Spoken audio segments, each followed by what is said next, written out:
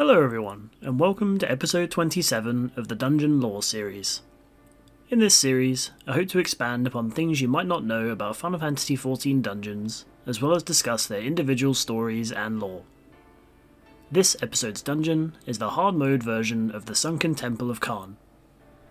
An ancient temple, partially buried since the Calamity, the temple itself has been a great attraction for treasure hunters and thieves alike, with promise of riches from the 6th Astral Era. Being a sacred ground for worshippers of Azema, the Beladians once filled the temple with their followers, and in several cases, their most well-known rulers. On the first entry into the place, adventurers found the temple halls littered with monsters and traps, as well as discovering the tombs of many a leader who wished to be buried and revered in such a sacred place. Since the monsters and constructs were cleared, the temple has been reopened to research teams and historians wishing to make a name for themselves, and adventurers find themselves once more speaking to Hugobert, who explains that the Amagino & Sons mineral concern, whom we dealt with in the past at Copperbell Mines, seeks a trusty adventurer for an apparently urgent matter. We are sent to the Miners' Guild in Uldar, where we find two twins bickering. Recognizing us as the person for the job, Sesaruka begins to explain the situation, although Popokuli is hesitant to trust the job to an adventurer. After a mention of Qarn, the Warrior of Light interjects to state that they were the one responsible for the deactivation of the traps and general clearing of the temple. Sesaruka explains that once the temple had been opened, a research team was put together of staff from the concern, and members of the Order of Nald Thal. The leader of said team was Naneko, sister of the twins, who now appears to be lost or trapped within the depths of the temple, thanks to a group of raiders clumsily stepping forth. We also learn that Naneko is the author of the book on the Sildi ruins, and their potential connection to Beladiah. The twin Lalafels send us to Bibimu, still standing guard at the temple entrance, with a wish to save their sister, regardless of the status of the other members. Bibimu recognizes us from our first expedition, and comments on the twins' attitude, mentioning that the bluntness will be needed when they one day run the concern.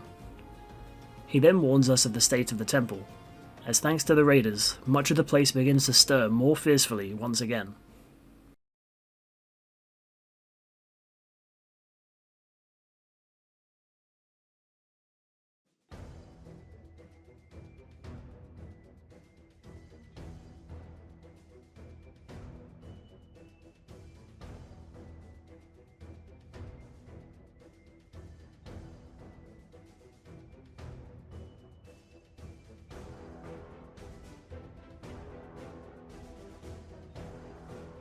As we head up the first set of familiar stairs, we encounter immediately a handful of the resurrected Beladian knights, awoken from their slumber thanks to the new activity within the temple. We follow the stairs down, notably on the opposite side to our previous entry, and find our way to one of the several oratories previously containing a Beladian ruler or noble. We defeat the Qarn Facer here, who produces a sun sphere and in turn opens the nearby door. Collecting the sphere, we defeat more of the inhabiting beasts and use the sun sphere on the locked door. This leads us into a room with many spike traps constantly activating. These spike traps can deal heavy damage if not carefully avoided, particularly while fighting more of the enemies within the place. It's worth noting here that the enemies within the spike room are actually also susceptible to the traps, and leading them on top of them will damage them much further than the party.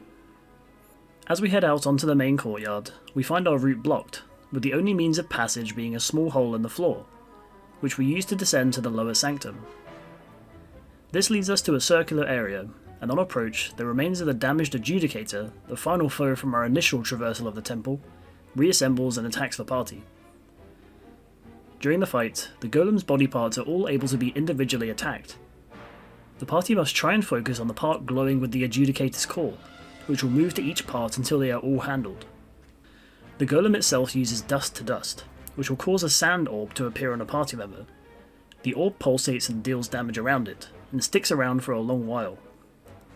Intermittently, the construct will use shifting sands, which engulfs a large part of the arena with rapidly swirling quicksand, and if not maneuvered correctly, will incapacitate any caught within the current.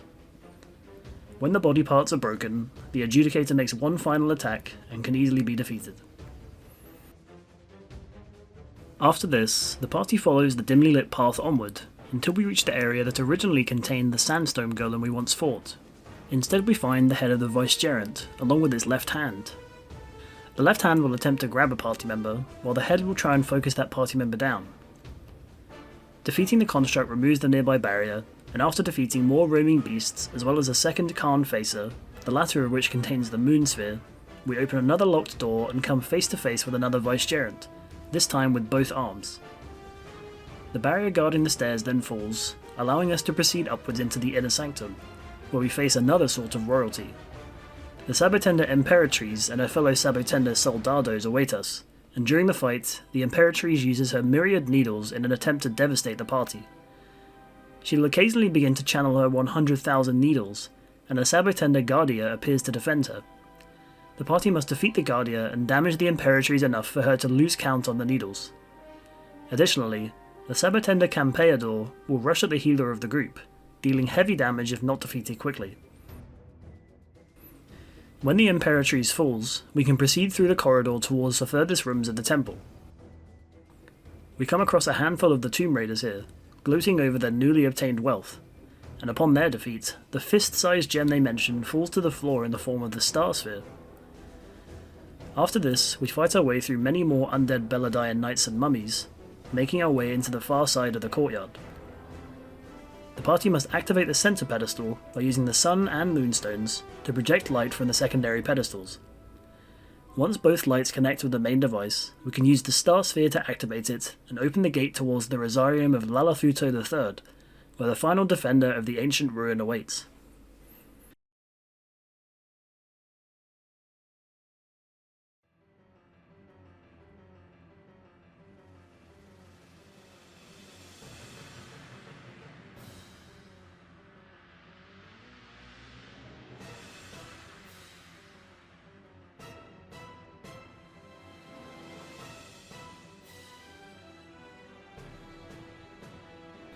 The Vicegerent of the Warden, the completed form of the parts we saw earlier, stands guarding the innermost chamber of the temple.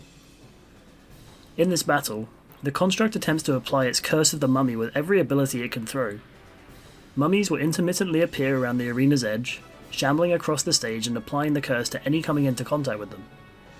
The Vicegerent meanwhile uses its Light of Anathema to shoot light from its blades to apply the curse to any stood in the firing line.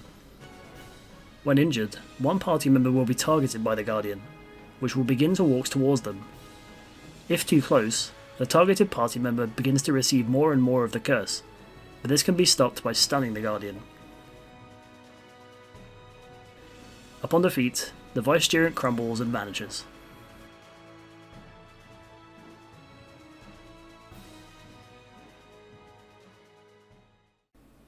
After this, the Warrior of Light leaves the temple grounds, and outside the entrance we are hailed by Naneko, the sister of the two brothers worried for her safety in Uldar.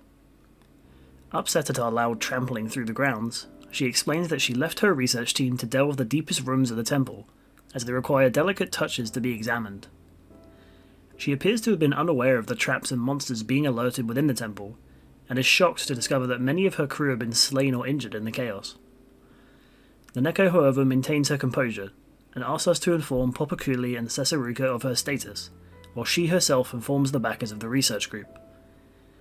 If we speak to Babimo again here, he tells us that Naneko is portrayed as a snow mouse compared to the lions of brothers, but in reality she appears to be the boldest of the three. Returning to the Miners' Guild, the brothers still appear to be heated over Naneko, immediately asking of her whereabouts. Naneko herself arrives to calm the brothers, and informs us that a search party was called to rescue the survivors from the temple. The brothers express concern for Naneko's safety, however she asserts that they must look to the cause of the incident, being the belief of magical relics within the temple, and since the initial clearing of the place, it is safe to traverse. Naneko explains that the Order of Nalthal has agreed to deny any rumours of cursed objects and the gruesome deaths of any looters, as to cause the opposite to ring more true, stopping any further groups from entering the place for the time being. And that's the end of the story and lore of the hard mode version of the Sunken Temple of Qarn. A reawakened ruin filled with the cursed undead from a previous era, which itself overcame the swarms of thieves and research groups that dared enter its sacred halls. I hope you enjoyed this video. If you did, leave a like and subscribe to the channel for more Final Fantasy XIV lore, and I'll see you next time for the Keeper of the Lake.